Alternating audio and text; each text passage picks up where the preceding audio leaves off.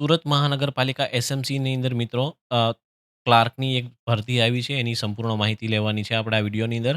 બહુ બધી ભરતીઓ આવી છે, પણ એની અંદરથી જે ક્લાર્કની ભરતી છે, એની આજે આપણે ચર્ચા કરવાની છે. બાકીના જે વિડીયો છે, એ પણ આપણે વન બાય વન મૂકશું. સીતારામ મિત્રો, હું છું પ્રોફેસર ભાર્ગવ અને વાત કરીએ આજની ક્લાર્કની ભરતી વિશે. તો મિત્રો, ક્લાસ 3 ઓફિસરની આ ભરતી છે. વહીવટી માળખા માટે ખૂબ જ મહત્વનું આ પદ ગણાય છે અને આ માટે વિવિધ જે તબક્કા છે અરજીના, એની અંદરથી આપણે પસાર થવાનું છે. તો સૌથી મોટી વાત કરીએ મિત્રો, તો ટોટલ કુલ 146 જગ્યાઓ છે.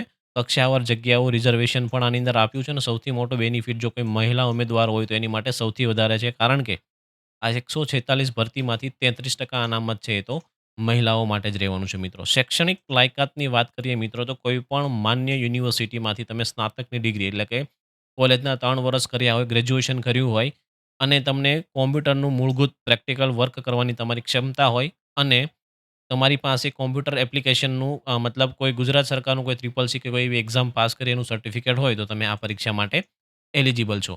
મિત્રો, વાત કરીએ તો અહીંયા તમને 2 ભાષા આવડતી લખતા, વાંચતા અને બોલતા આવડવી જોઈએ. એ છે ગુજરાતી અને હિન્દી. તો આ 2 ભાષાનું તમારી પાસે આ માટે જ્ઞાન હોવું જરૂરી છે અને સ્પષ્ટપણે તમે લખીને વાંચી શકતા હોય એવું હોવું જોઈએ. ઉંમર મર્યાદાની વાત કરીએ તો મિત્રો, નીચે 18 વર્ષથી લઈને 35 વર્ષના કોઈ પણ વ્યક્તિ ફોર્મ ભરી શકે છે. જો તમે કોઈ પણ કાસ્ટની અંદર આવો છો, એસસી, એસટી, ઓબીસી, ઈડબ્લ્યુએસ, તો એની અંદર સરકારના નિયમો પ્રમાણે છૂટછાટ મળવાપાત્ર છે મિત્રો.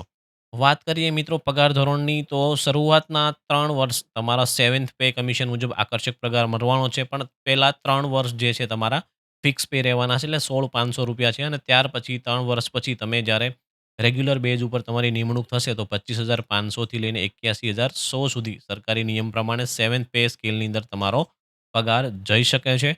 અને મહત્વની વાત મિત્રો અહીંયા એ છે કે તમારે અહીંયા કોઈપણ જાતની સુરતની બહાર ટ્રાન્સફર આવવાનું નથી.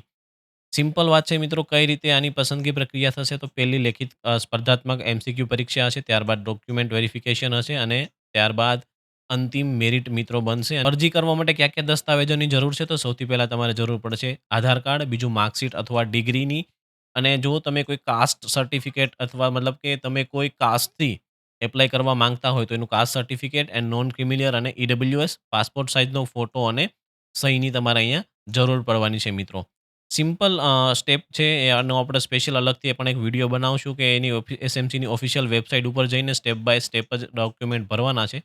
જેનો આપણે પાછળથી અલગથી એક વિડીયો બનાવશું 1લી તારીખે જ્યારે ચાલુ થશે ત્યારે. તો મિત્રો, સરકારી નોકરી એસએમસીમાં મેળવવા માટે સૌથી સારામાં સારી એક તક છે અને સૌથી મોટો બેનિફિટ આપ જાણો છો કે લાઈફ ટાઈમ સુરતની બહાર તમારી બદલી થવાની નથી અને 3 વર્ષના પ્રોબેશન પછી તમે ફૂલ સ્કેલમાં 7th પે પ્રમાણે આવી જવાના છો અને ભવિષ્યમાં કદાચ 8મો પે આવી જાય 1-2 વર્ષની અંદર, તો કદાચ તમે ડાયરેક્ટ 8મો પે પણ તમને મળી શકે છે મિત્રો. વિડીયો ગમ્યો હોય તો લાઇક, શેર અને સબસ્ક્રાઇબ કરજો. મળીએ ફરીવાર બીજા વિડીયોમાં. સીતારામ મિત્રો.